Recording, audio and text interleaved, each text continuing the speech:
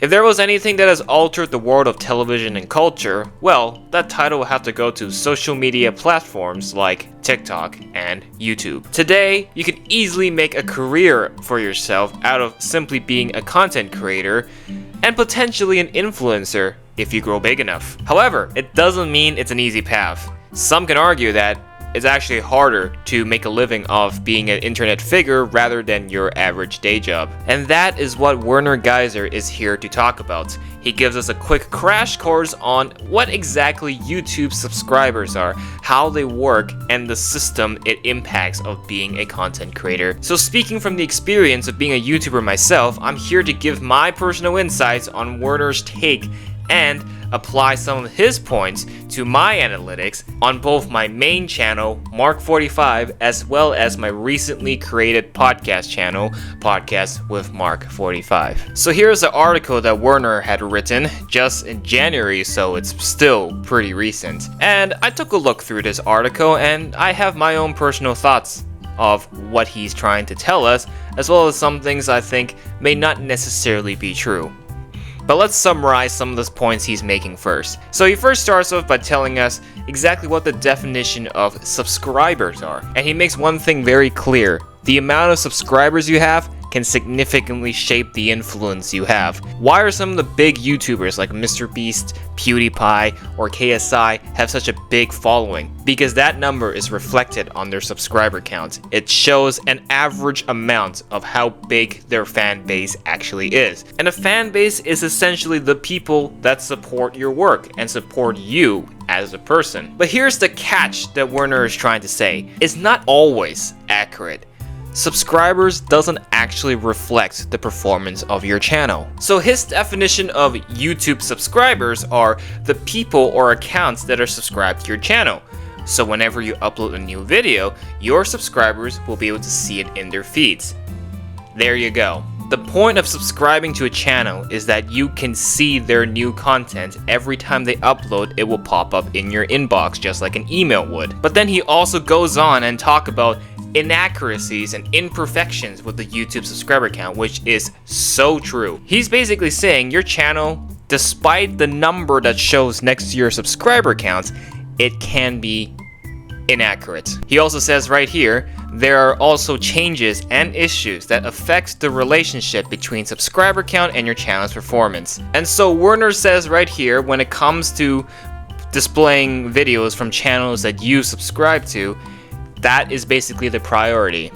Rather than seeing the For You page, YouTube will push out videos from channels that you subscribe to first. So for example, whenever I upload a new video, the people that subscribe to me will see my new video alongside other new videos from other YouTube channels that they also subscribe to. But because they subscribe to those channels and my channel, that is the sole reason why they see our videos first compared to channels they've watched but they don't subscribe. But here's the thing. It's not accurate because YouTube's system functions with the user. So what Werner is trying to say here in this paragraph is that YouTube is going to examine your viewing habits. So for example, if you watch a channel that you subscribed to a year ago and then you've changed your viewing habits to watch other channels, YouTube's going to start displaying videos from those new channels that you're watching, not so much from the old channels, even though you do subscribe to them. So how does that affect the other end of the spectrum, i.e. the YouTuber that is creating these videos and posting them for their subscribers? Werner also talks about the limitations with private accounts and real-time updates, meaning that the public number you see on a YouTube channel and their subscriber count is different from what the YouTuber sees in their analytics. And then another thing Werner has talked about is the YouTube cleanup and their impact on subscriber count, because the thing is, YouTube has a lot of bots. There's a lot of bots out there. There's a lot of people that are not real people. So YouTube has been more aggressive lately with tracking down these so-called bots and these other imposters and basically wipe them off the face of the earth. That means the number dips and the subscriber count also dips. So after going through everything Werner has said in his article, what do I think? I can clearly say Werner has done his research, because almost everything he has said is so true. Let's go over some of my own examples. So here is my YouTube channel, Mark45, and as you can see, if you go on my channel homepage, it says right here I have 7.19k subscribers. 7.19 thousand. That's a lot. But if you go on my videos and the views I get, it's all over the place. Do the 7,000 people that subscribe to my channel actually watch my videos? Absolutely not. And I can tell you a good portion of these 7,000 subscribers are probably not real people as well. So Werner does have a point.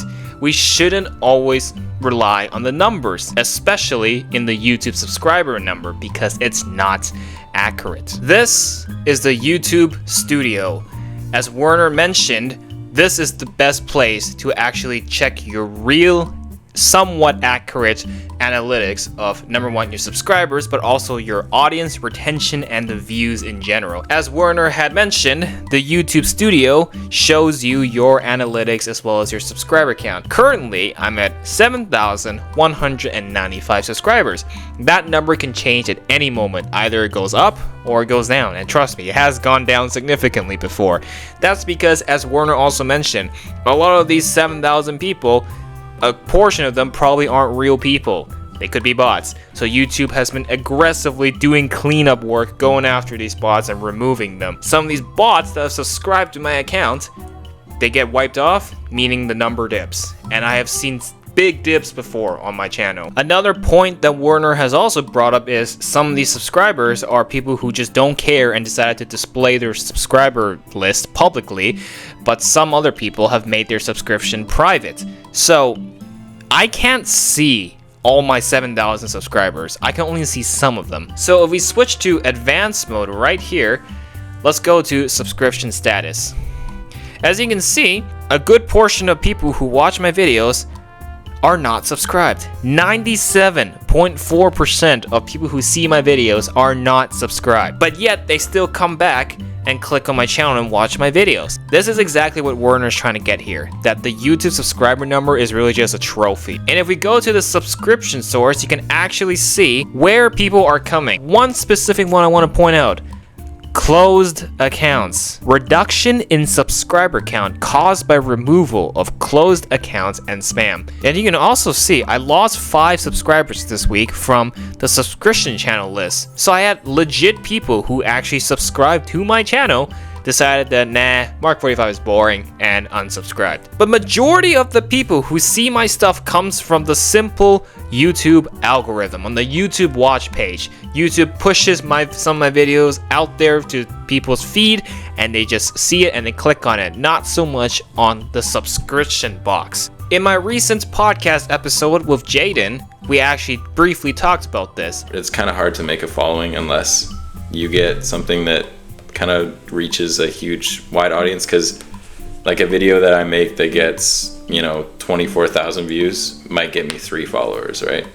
Absolutely. Yeah. So views do not reflect your fan base. So if I want to keep growing, like it would be nice to have one video that gets like 1 million or 10 million or something, because maybe that'll get me like 100 followers, right? Analytics is very technical, but it can also have a lot of imperfections. Much like YouTube subscribers, you need to really take everything with a grain of salt.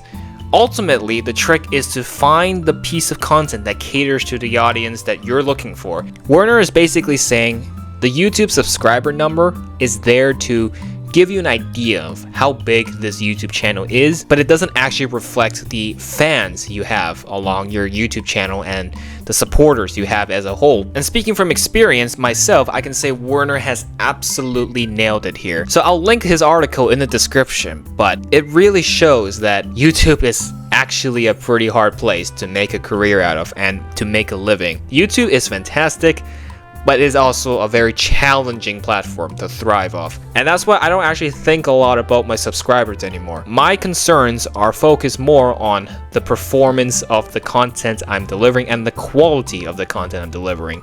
If it's something that people cater to, then that is what I'm gonna capitalize off.